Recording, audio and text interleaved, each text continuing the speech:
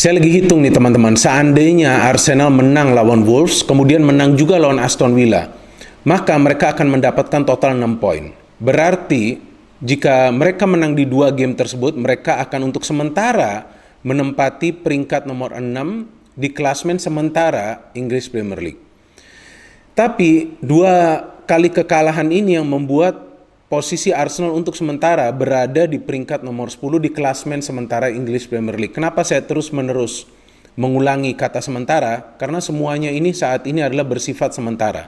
Bisa juga nanti Arsenal mengakhiri musim kompetisi ini berada di peringkat papan atas, kan kita tidak pernah tahu bagaimana nanti kiprah dari Arsenal selanjutnya. Bisa jadi juga tim-tim lain yang sekarang berada di atas nantinya juga akan turun, karena inilah Liga Premier Inggris ya. Begitu banyak hasil yang mengejutkan. Tapi kita juga tidak bisa menyalahkan siapa-siapa dari kekalahan Arsenal ini. Karena sebetulnya secara permainan, lawan Wolves dan juga lawan Aston Villa, mereka tampil bagus. Lawan Wolves ya, yang merubah segalanya adalah kartu merah dari David Luiz. Lawan Aston Villa, yang merubah segalanya adalah miskoordinasi, miskomunikasi, ya semuanya miss lah antara Cedric dan juga Gabriel. Padahal kan baru main, belum juga ada apa-apa. Ini yang membuat saya jengkel bahwa miskoordinasi di lini pertahanan Arsenal masih ada hingga pertengahan musim ini. Ini kan sudah belasan pertandingan lebih nih. Ya, ini yang saya selalu khawatir nih jika Gabriel main. Ya, karena Gabriel ini yang sering terjadi pada saat Gabriel main ini adalah kesalahpahaman dengan pemain-pemain lainnya. Artinya kerjasamanya di antara para pemain lain di lini pertahanan kurang baik. Bahkan kalau saya melihat cenderung lemah ya komunikasinya.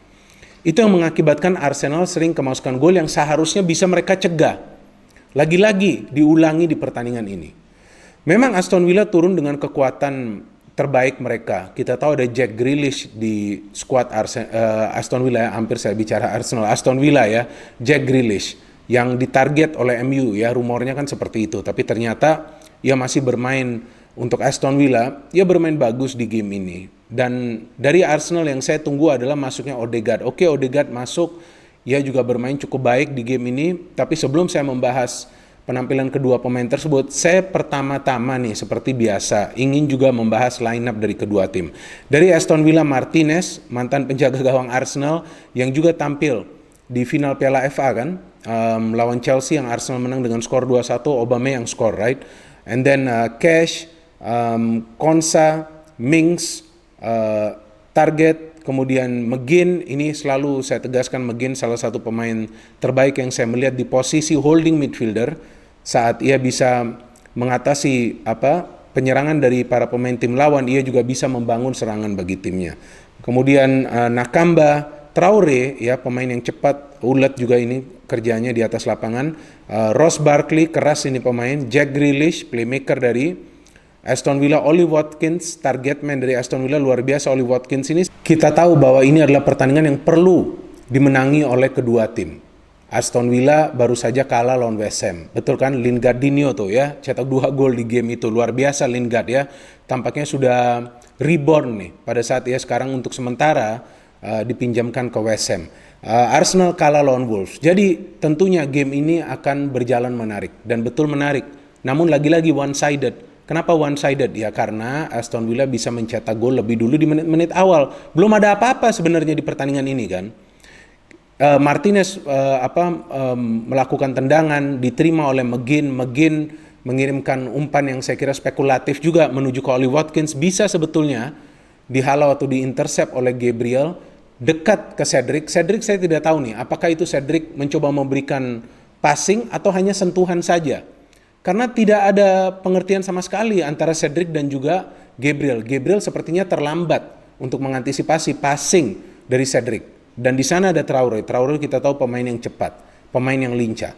Ia bisa melakukan pergerakan yang berbahaya, mengirimkan passing. Sebetulnya sudah ada holding yang melakukan upaya ya untuk bisa menghalau tendangan dari Watkins, tapi ternyata hanya mengenai kaki dari holding dan bola masuk ke gawang Arsenal. Matthew Ryan juga sudah mati langka. Setelah gol ini, ya tentu ini adalah gol yang menguntungkan bagi Aston Villa karena ideal nih dicetak di menit-menit awal. Saya kira baru 75 atau 80 detik ya gol ini dicetak oleh Watkins. Ya mereka tinggal berkonsentrasi saja nih di tengah dan juga di belakang, dan itu yang mereka lakukan. Tapi setiap kali Aston Villa menyerang, mereka tampak berbahaya. Karena memang recovery time dari para pemain Arsenal ini cukup lama untuk kembali ke posisi mereka. Karena kan mereka keluar all out attack. Granit Xhaka juga terlibat aktif untuk menyerang. Bagaimana serangan dari Arsenal? Bagus. Mereka bisa membangun serangan dengan rapi. Tapi tidak bisa menciptakan peluang on target di babak pertama dari open play.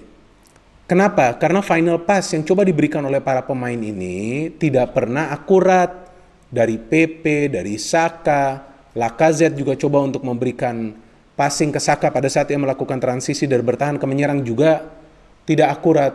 Yang mereka dapat peluang itu dari Granit Xhaka, dari tendangan bebas yang bisa di-save oleh Martinez. Aston Villa dapat banyak peluang untuk mencetak gol sebetulnya di babak pertama kan.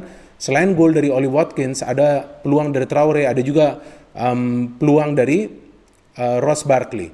Dan juga Grealish kita tahu sangat mengancam pertahanan dari Arsenal. Seharusnya, ini hanya menurut saya, mungkin saya juga salah, saya kan bukan wasit. Ada wasit ya di atas lapangan yang memimpin, yang mengadili lah pertandingan ini istilahnya. Ada foul, right? Dari Konsa ke Saka. Nah, teman-teman coba jelaskan, apakah Saka running towards goal atau tidak? Ya, silakan kalian bisa memberikan komentar kalian di kolom komentar di bawah video ini. Kalau menurut saya betul Saka running on goal. Jika Saka lepas itu, bisa saja ia menciptakan peluang yang berbahaya, mungkin juga ada gol bagi Arsenal. Oke, ternyata Konsa hanya diberikan kartu kuning. Saya kira mungkin pertimbangan wasit ini adalah karena jaraknya masih cukup jauh ke kotak penalti dari Aston Villa. Oke, kartu kuning. Kemudian sama juga nih, foul yang dilakukan oleh Nakamba. Ke Saka juga nih, begitu juga nih, tapi bukan running on goal, ia coba melakukan pergerakan cepat di foul. Kartu kuning lagi. Tapi yang saya lihat ya, seharusnya wasit itu memberikan kartu kuning lagi ke Konsa pada saat ia melakukan foul ke Lacazette. Ya, sebelumnya kan kita tahu wasit memberikan kartu kuning setelah memberikan keuntungan bagi Arsenal, kemudian pada saat Arsenal kehilangan bola baru dikasih kartu kuning. Nah, sekarang ini dengan kejadian yang Arsenal lagi membangun serangan, di foul Lacazette, kenapa Konsa tidak diberikan kartu kuning?